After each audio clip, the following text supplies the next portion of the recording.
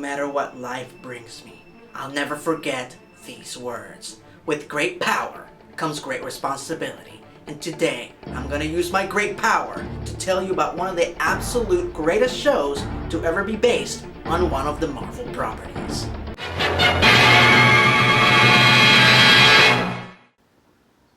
Greetings fanboys and fangirls, I'm ERod and I'm the Blockbuster Buster. For years I have proclaimed that Spectacular Spider-Man is the greatest Spider-Man adaptation of all time, and today I'm gonna tell you why. Now, for those of you long-term viewers, yes, I did do a Spectacular Spider-Man honest review a few years back. But that was one of my early videos, and the production of which was very rushed, and I always wanted to go back and redo it. And if Spider-Man can get multiple reboots, why not me? Spectacular Spider-Man began as nothing more than an elaborate commercial for the Sony Spider-Man franchise, until animation veterans Victor Cook and Greg Weisman came on board. Both men had worked for Disney for the better part of the 90s, and jumped at the chance to produce a show about their favorite superhero. Before Spectacular Spider-Man, Cook was best known as the director of the majority of the episodes of 101 Dalmatians the series and Buzz Lightyear of Star Command. All the while, Weisman was best known for creating a little show for Disney called Gargoyles.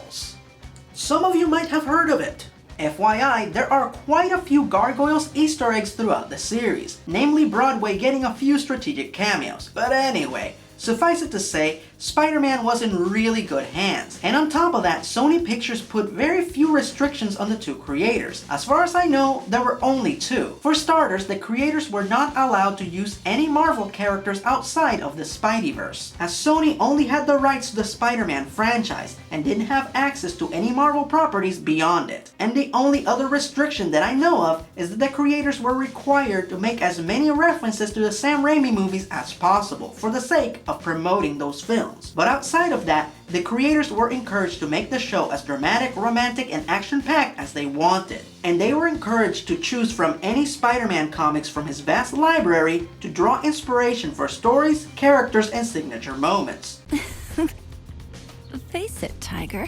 You just hit the jackpot. The end result was the most critically acclaimed Spider-Man series of all time, and that is not an opinion, it is a fact.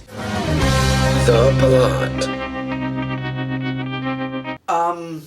Okay, if you don't know what Spider-Man is about, you really need to turn in your geek card. But for the sake of the one person who might be watching who is new to Spider-Man, the show follows the adventures of Peter Parker, a young New York City high school student who is bitten by a radioactive, or enhanced, spider and develops amazing spider-like abilities, which he initially uses for self-gain, until his beloved Uncle Ben is killed by a thief that Peter could have stopped earlier that night, but refused to as he felt it wasn't his responsibility. And thus, the death of his beloved father figure teaches Peter the ultimate lesson, that with great power comes great responsibility. And so, Peter dedicates his amazing powers to fight crime and keep New York City safe, as the Spectacular Spider-Man. A guy could get used to this. Now, as most of you know, there were Spider-Man cartoons before and after this one, so what makes this one the best one? While the rest of the Spider-Man shows focused on action and selling them toys, Spectacular Spider-Man always focused on storytelling and character development. The action and fantasy were just there to complement those elements, but never to be the focus. Weisman always felt that Peter's civilian life should be equally as entertaining and fascinating as his superhero life. And for this reason, Peter's life is always full. He always has work, chores, homework, or after-school activities. And for that reason, whenever he would have to abandon one of those responsibilities to go fight crime, you always felt the weight of the inconvenience. I should get going too. Aunt May will ground me if I'm not home by 10. Peter, wait! Also, it is impossible to be bored when Peter is not fighting crime, as his love life is insane. Peter likes Sally Averill, but she thinks he's a lame loser dork that's not worth her time. He also likes Betty Brant, but she's 10 years older and that is a felony. But hey, Gwen Stacy likes Peter, but he just sees her as a friend. And Liz Allen, who used to hate Peter, now develops feelings for him after he starts tutoring her. But now Peter likes Gwen, but can't get together with her because she is dating Harry. He also likes Mary Jane, but she knows that Peter has feelings for Gwen and doesn't want to be Peter's consolation prize. Oh, and he also makes out with Black Cat every now and then, but he can't date her because she is a thief and a wanted criminal, and that would be unethical. Whew, was that all of them? Did I miss one? I may tune in for the action, but I stay for the soap opera stuff. Okay, I guess this would be as good a time as any to talk about the characters. Now, I cannot emphasize enough that all the characters in this show are great, and the creators took great care to give everyone distinct personalities and depth. There is no such thing as a one-dimensional character in this show. I'll give you an example, Flash Thompson. To most Spider-Man fans, Flash is nothing more than a high school bully, an adversary to challenge Peter in his civilian guise. But in this series, there is far more to him than that. In the episode Probable Cause, he forfeits a football trophy when he finds out that one of his teammates cheated to get the win. In Reinforcement, he saves Liz from getting crushed by a giant Christmas tree in spite of the fact that he had a broken leg at the time. And in the episode Intervention, he actually visits Aunt May at the hospital after she had a heart attack. So yeah, he might be a jerk, but he still has a heart. Thanks for the reality check. Don't mention it. And I mean not to anyone. My point is that this show is jam-packed with great characters, and it would be impossible for me to mention them all in one video. So, if I don't talk about a certain character, or if I mention a character and don't elaborate on him enough, I apologize ahead of time. Now, let's get started with the villains.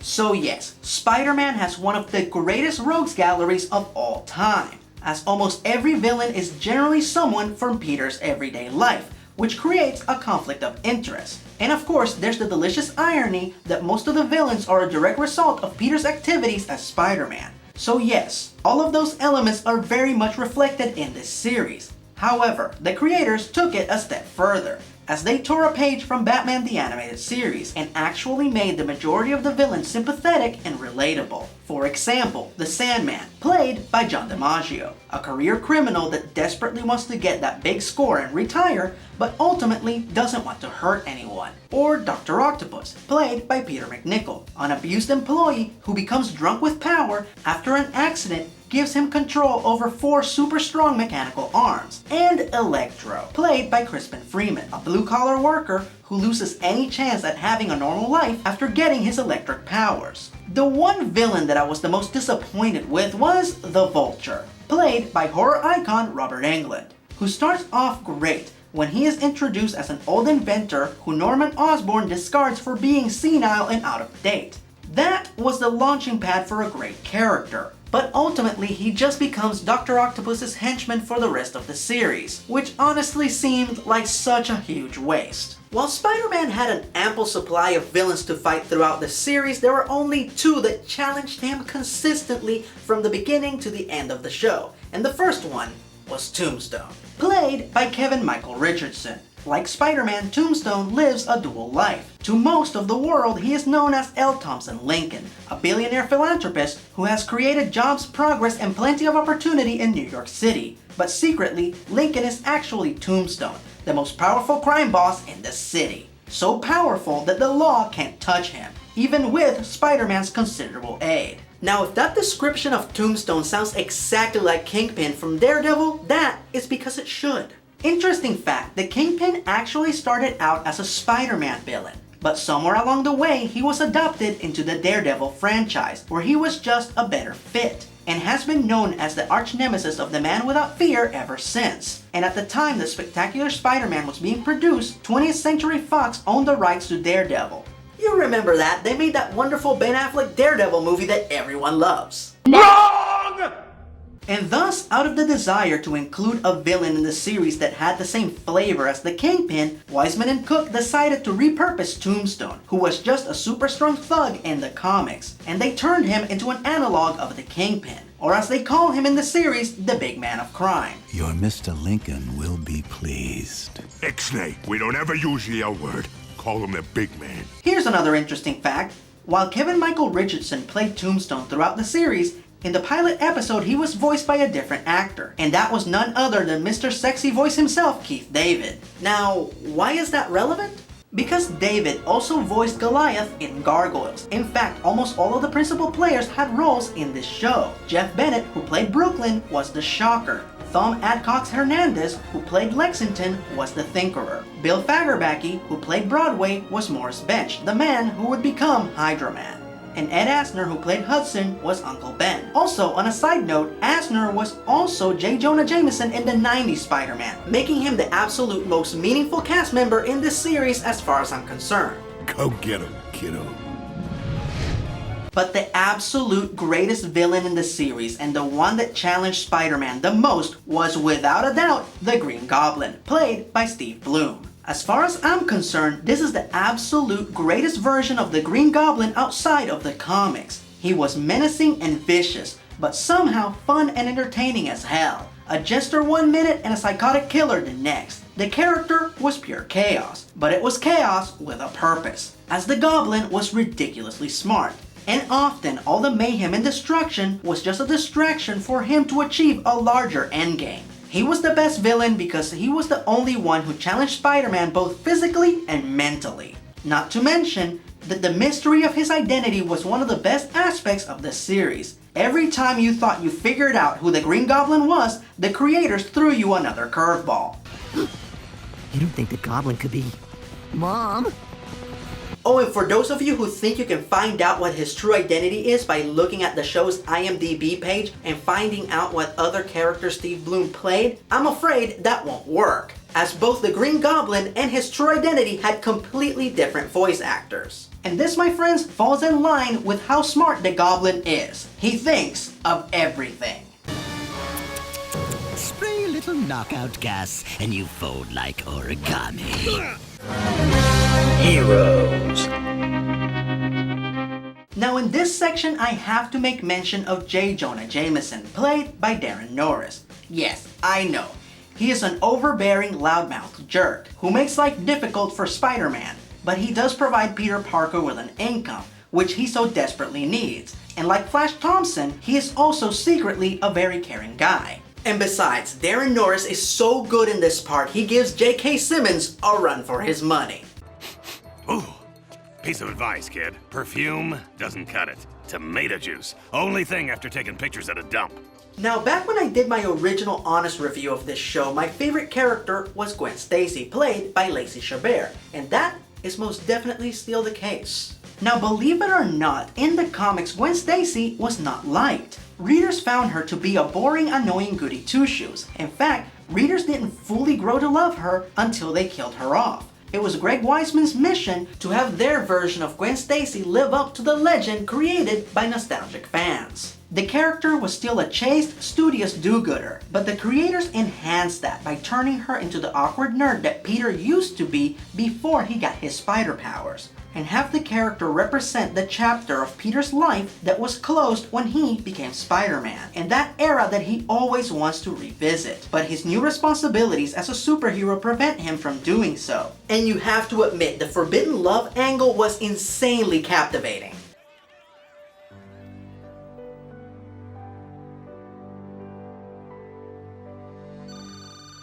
And very much like Peter's evolution into Spider-Man, we get to see her evolve into a much cooler, more mature Gwen.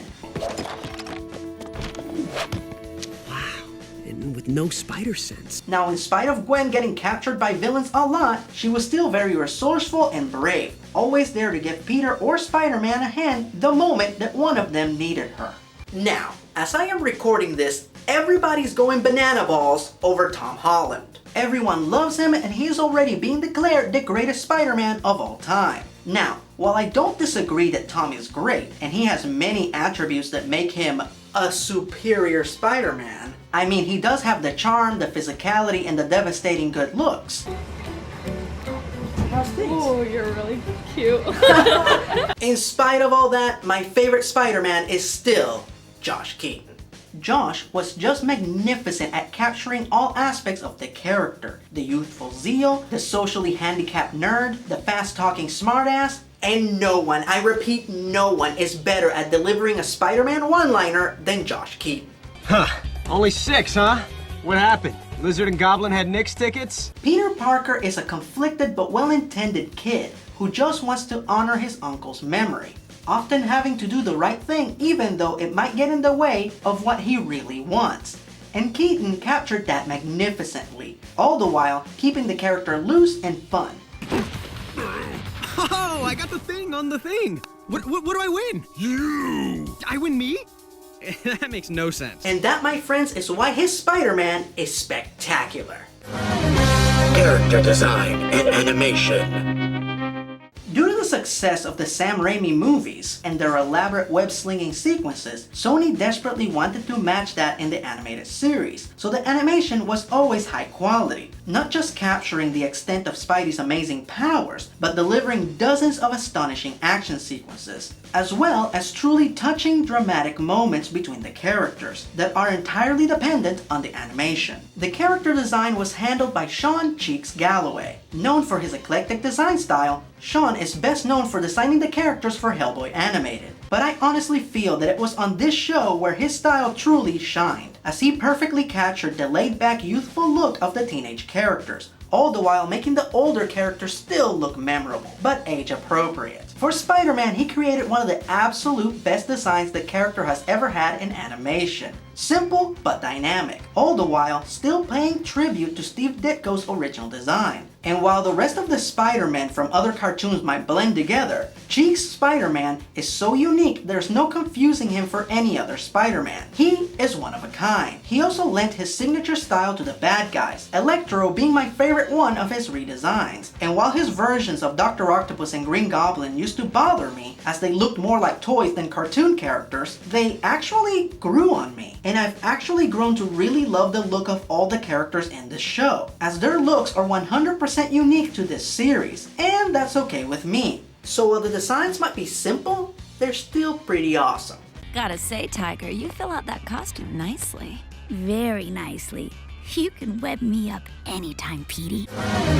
Series progression. One of the many reasons I consider this to be the superior Spider-Man adaptation is because unlike the rest of the Spider-Man shows and movies, this show actually keeps Peter young and in high school, which is one of the most important defining qualities about the character in the comics, as he was the first mainstream teenage superhero. And it is mind-blowing that it took them 15 years to get this right in the movie adaptations. In the rest of the movies, he'd be in high school for a bit, and then, by the second act or the second movie, he'd already be graduated. And even then, his high school life wouldn't play that big of a part in the narrative. So to compensate for the fact that a lot of the essential storylines and characters don't actually appear in the comics until after high school, Wiseman and his crew compacted Spider-Man's history and showed us what it would have been like if all of these events transpired while Peter was still in high school, which in itself was fascinating. As in this series, Peter's high school life was just as essential to the story and the characters as his superhero exploits. One didn't exist without the other.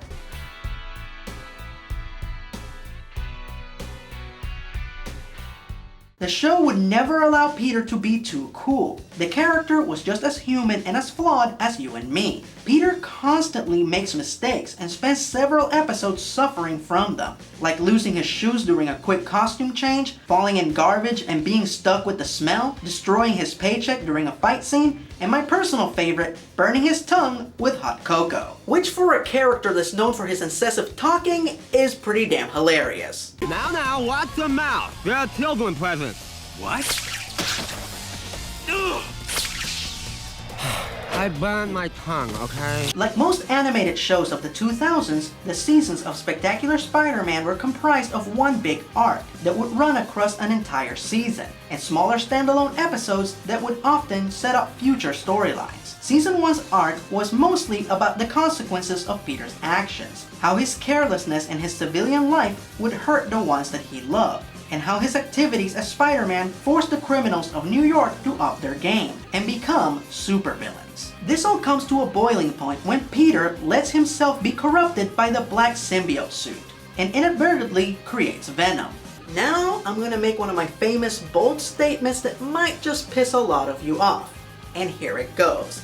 I think that the Venom saga was handled better in this show than in the comics. Now, before you reach for your pitchforks and torches, I'm just gonna ask you to please be open-minded and hear me out. First of all, in the comics, the way Peter gets the black suit is insanely convoluted. Trust me, look it up. Secondly, everything tied into his personal life. From the symbiote being discovered by his boss's son, to the laboratory where Peter interns being the one that studies the symbiote. But the key ingredient that makes his storyline work was the portrayal of Venom, aka Eddie Brock, played by Ben Diskin. In the comics, Eddie was just a rival photographer who blamed both Spider-Man and Peter Parker for all of his troubles. And personally, I always felt that a lot of his claims were just paranoid and delusional.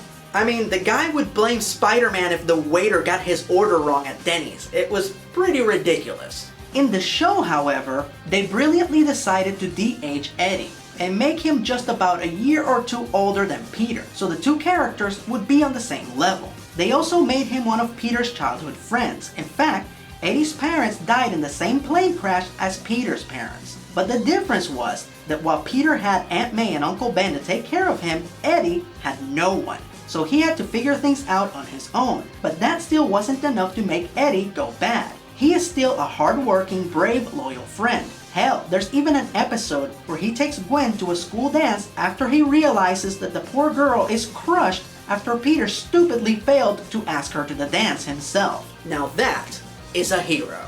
What makes Eddie go bad is how Peter continues to betray him, in spite of their lifelong friendship. Pictures and everything.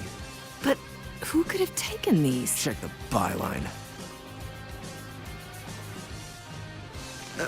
Did you see? There's no shots of Billy or Dr. Connors or anything to prove that he was the lizard. And that's supposed to...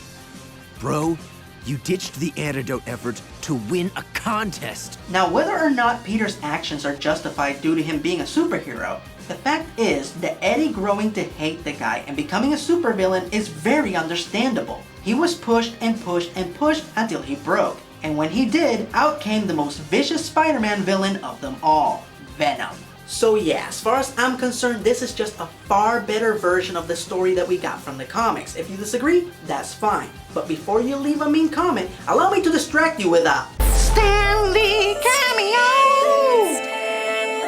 I am Mysterio, here to save the world from the evils of technology corrupting the human spirit. Are we being punked? I hate that.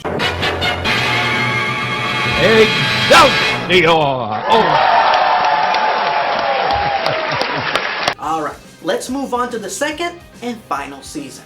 While season 1 was all about consequences, this season was all about change and maturity. Gee, do you really think I could be a hero like you? Well, yeah. I mean, with great power comes great... Gullibility!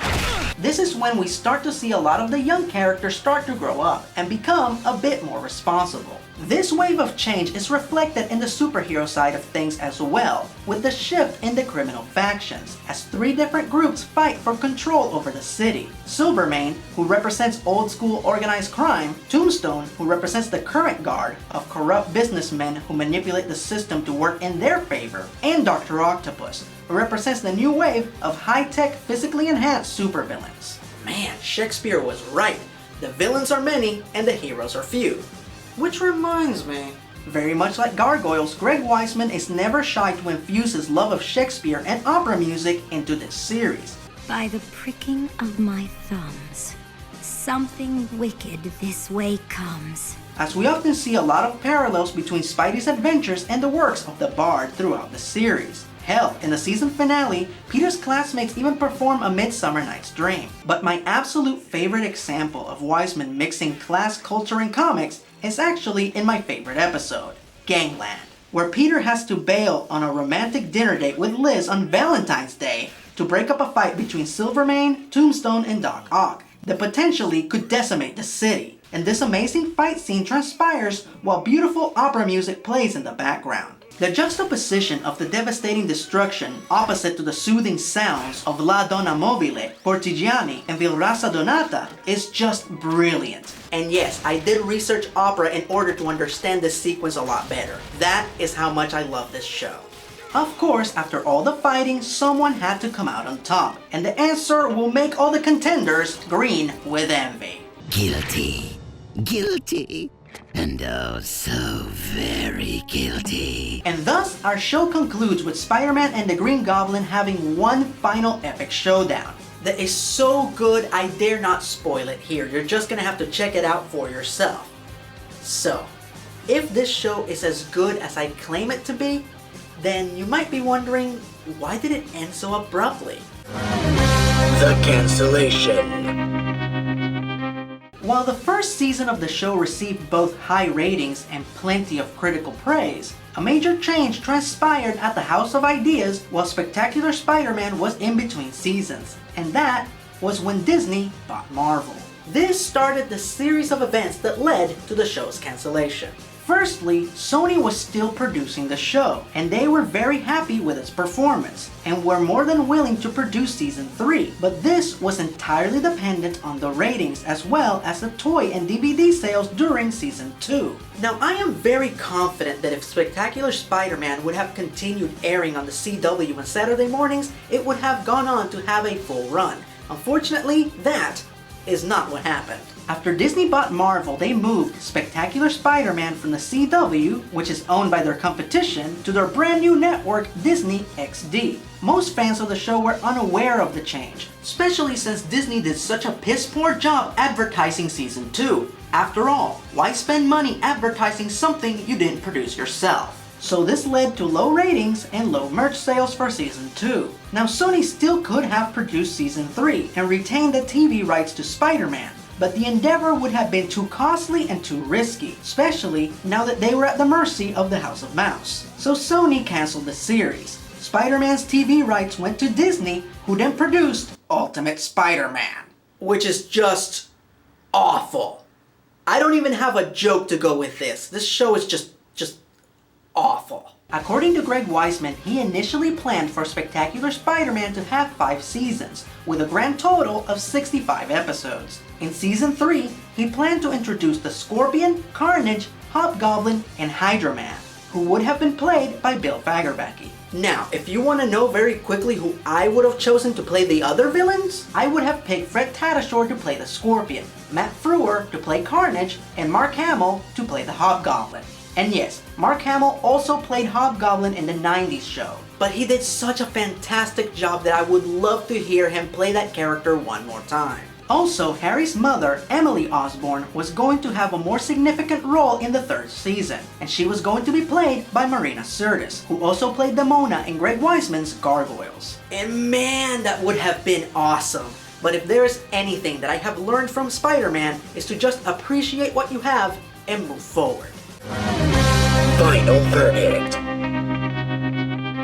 The sweet irony of this animated series is that while it might have started out as an elaborate ad for the Sam Raimi movies, it was far more grounded, mature, and serious than those movies ever were. So yes, the Sam Raimi movies were far more cartoony than the series that was supposed to be a cartoon. Spider-Man became the icon that he is because he struck a chord with mainstream audiences as the first superhero to be portrayed as an ordinary guy with ordinary problems, but who still wasn't afraid to do extraordinary things. And no show or movie captured that better than this one. Again, no offense to Spider-Man Homecoming, which is great.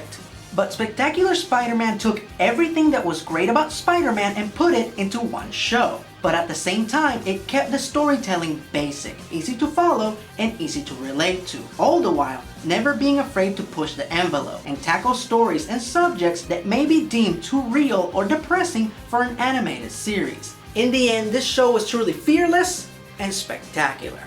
10 points on the Badassitude meter. Refill your web shooter, listen to your spider sense, and give it a watch. Until next time, I'm ERod, and I'm the Blockbuster Buster. Spectacular, spectacular, spectacular, spectacular, spectacular, spectacular, spectacular.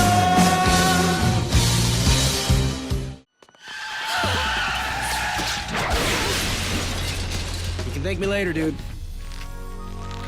Many episodes later. Romantic? Please. It's a commercial holiday created by florists and greeting card companies. Nothing romantic about it. Yes! Yes, I will! Now that was a great gag.